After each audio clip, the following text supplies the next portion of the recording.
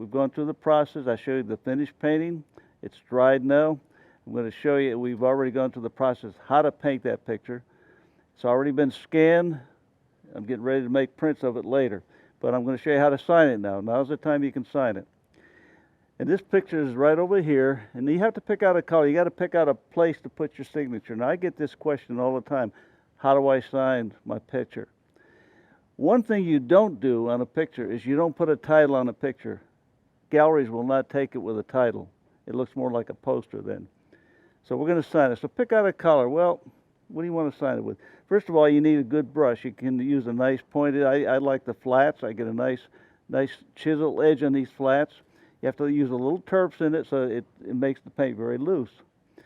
Pick out a color. Pick where you're going. Okay, would you sign it here? Well, if you sign it here, it shows it off balance, okay? A picture has to be balanced. If you put a picture into a show or something, one of the things is that if it's matted, they look at the matting. If it's framed, they look at the framing. The whole thing has to complement each other. And the signature also. The signature has to go along with the painting. So let's pick out a nice little place. Well, how about right here in the middle? No, you don't want to put it in the middle. Right about here is where it would be balanced very nicely. What color are you going to use? Well, I like red painting. A lot of the paintings are signed in red, blue, depending what you like. Just pick out a nice, this is kind of a cadmium red. Add a little bit of terps to it, not much, just to make it very fluidy.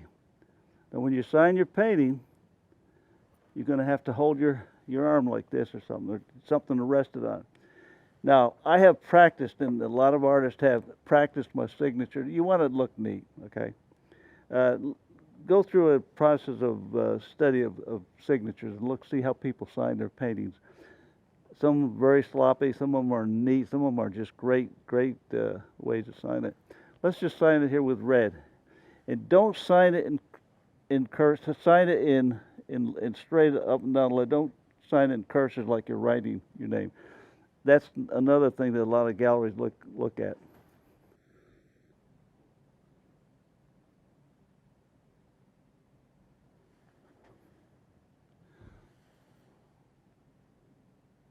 This painting is already for sale. Somebody wants to buy it, but prints, if you make prints, you'll make a whole lot of money in prints. We're going to talk about that in just a second. Okay, there you go. We've got two. We're going to sign another painting. We'll show you where to sign that one. Okay. Okay. This is the way I sign my name. Okay. Now, we've got another painting here. Where are we going to sign? Well, here again, here's the bar. You don't want to put your signature right. So here, it'll off balance it. Let's put it again right over here in the corner. Let's pick out a blue maybe. Maybe a deep, either a cobalt or a lizard or a ultramarine blue. Here again, you may have to add just a little bit of terps to it just to get it so it's very fluid. Okay, here again, just move this one aside. Just hold your arm here. We'll sign this one.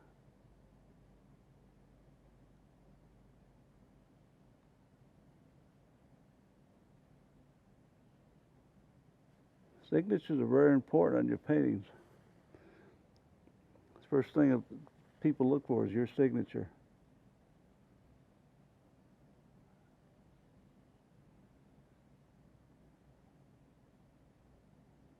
There you go.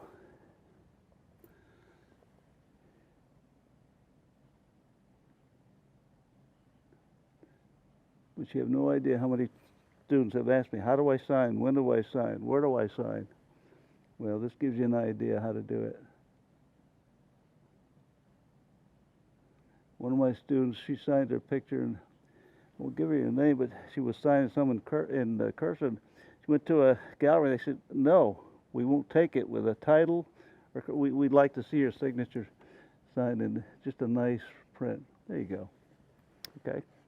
That shows you how to sign your painting.